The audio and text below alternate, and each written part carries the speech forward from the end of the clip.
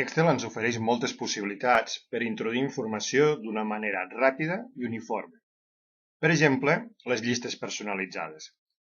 Recordem que si introduïm una xifra, en aquest cas en format data, i posteriorment l'arrosseguem mitjançant el quadre d'arrossegament que trobem a l'extrem inferior dret, aquest quadre negre, el cursor s'ha de transformar en una creu negra i estirem, el que obtenim seria una seqüència numèrica, en aquest cas de dates.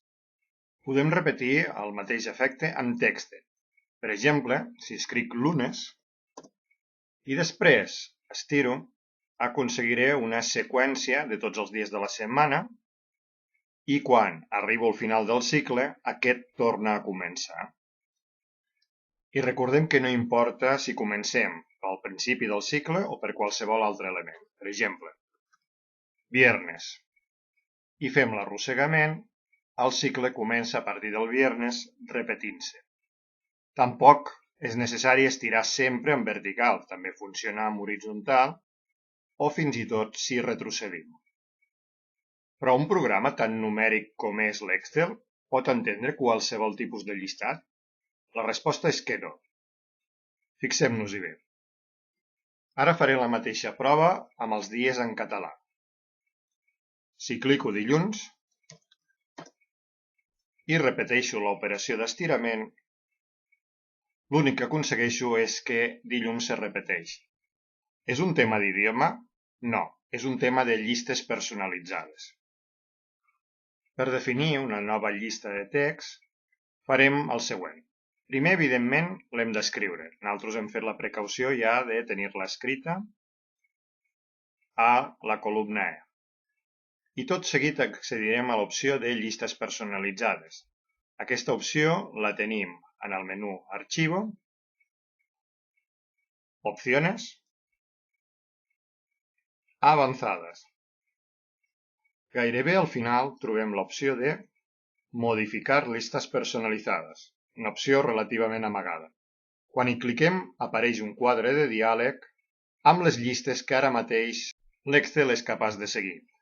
En aquest cas veiem 4 llistats amb els dies de la setmana abreviats o sencers, igual que els mesos, en castellà. Repeteixo que no és un tema d'idioma, és un tema de llistats personalitzats. Si ara nosaltres volem afegir un altre llistat, el podríem escriure aquí. Per exemple, començaré els mesos en català. Fixem-nos-hi que hem de separar els elements en coma i al final de tot faríem un agregat. O també, si ja el tenim escrit, els podem importar. Cliquem a la casella, seleccionem les caselles corresponents i finalment diem a importar, amb la qual cosa ja tenim el llistat afegit a llistes personalitzades. A partir d'ara ja es podrà utilitzar. Quan cliquem a acceptar i tornem a clicar a acceptar, ara ja podem utilitzar el nou llistat en qualsevol posició i en qualsevol llibre. Fixem-nos-hi bé. Escric dilluns i abans que em feia simplement un copiar, ara ja és capaç d'entendre-ho a partir de qualsevol element i en qualsevol direcció. Ara som molt més eficients. Evidentment es podrien eliminar o modificar si haguéssim comès qualsevol error o si volguéssim afegir un altre element. Recordem el camí. Archivo, Opciones, Avanzadas i gairebé al final de tot, modificar listes personalitzades.